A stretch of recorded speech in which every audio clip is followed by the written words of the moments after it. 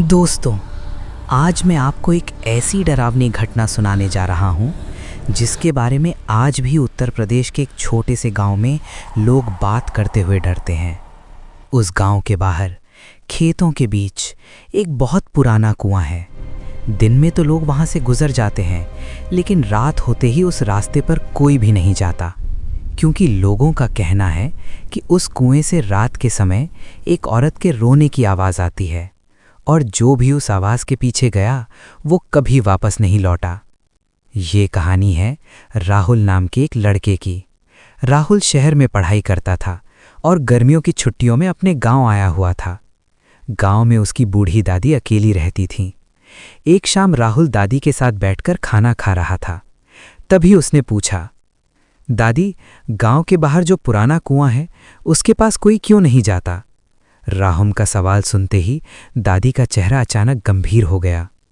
उन्होंने धीरे से कहा, बेटा, उस कुएं के बारे में कभी मत पूछना, वो जगह ठीक नहीं है। लेकिन राहुल को ये सब अंधविश्वास लगा। वो हंसते हुए बोला, दादी, भूत वूत कुछ नहीं होते। दादी कुछ देर चुप रहीं, फिर धीरे धीरे उन्होंने एक पुरानी कहानी सुनानी शुरू की। आज से करीब 40 साल पहले इस गांव में सीमा नाम की एक लड़की रहती थी। सीमा बहुत गरीब थी, लेकिन बहुत सुंदर और सीधी साधी। गांव का एक अमीर आदमी उससे शादी करना चाहता था, लेकिन सीमा किसी और से प्यार करती थी। जब उस अमीर आदमी को ये बात पता चली तो वो गुस्से से पागल हो गया। एक रात उसने अपने आदमियों से सीमा को उठवा लिया और लोगों का कहना है कि उसी रात उसने सीमा को गांव के बाहर उस पुराने कुएं में फेंक दिया। अगली सुबह पूरे गांव ने उस कुएं से एक भयानक चीख सुनी, लेकिन जब लोगों ने कुएं में झांक कर देखा तो अंदर किसी की लाश नहीं थी। उस दिन के बाद से हर रात उस कुएं से एक औरत के रोने की आवाज़ आने लगी।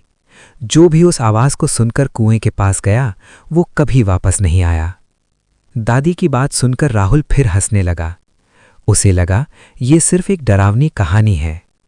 लेकिन उसी रात करीब 12 बजे राहुल को बाहर से किसी के रोने की आवाज़ सुनाई दी।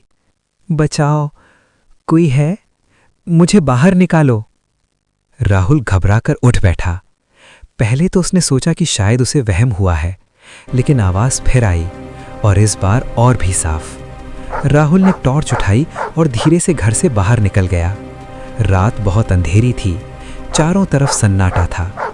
हवा तेज चल रही थी और दूर कहीं कुत्ते भौंक रहे थे। रोने की आवाज़ लगातार आ रही थी। राहुल धीरे धीरे उस आवाज़ के पीछे चलने लगा। कुछ देर बाद वो गांव के बाहर पहुंच गया और उसके सामने वही पुराना कुआं था। आवाज़ अब साफ सुनाई दे रही थी, मुझे बाहर निकालो। राहुल ने कांपते हाथों से अपनी टॉर्च कुएं के अंदर डाली, लेकिन अंदर सिर्फ गहरा अंधेरा था। तभी कुएं के अंदर से एक धीमी आवाज़ आई, क्या तुम मुझे बाहर निकालोगे? राहुल का दिल तेजी से धड़कने लगा। उसने डरते हुए पूछा, कौन है वहाँ? कुछ सेकंड तक सन्नाटा रहा और फिर अचानक कुएं के अंदर से एक ठंडी हंसी गूंज उठी। अचानक कुएं के अंदर से एक सफेद हाथ बाहर आया। वो हाथ धीरे धीरे कुएं की दीवार पकड़कर ऊपर चढ़ने लगा। राहुल डर के मारे जगह पर ही जम गया। कुछ ही सेकंड में कुएं से एक औरत बाहर निकली। उसके लंबे काले बाल उसके चेहरे पर लटक रहे थे।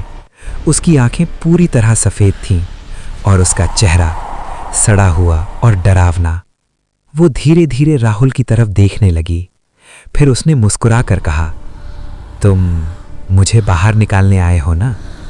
राहुल पीछे हटना चाहता था, लेकिन उसके पैर हिल ही नहीं रहे थे, जैसे कोई उसे पकड़कर खड़ा कर रहा हो।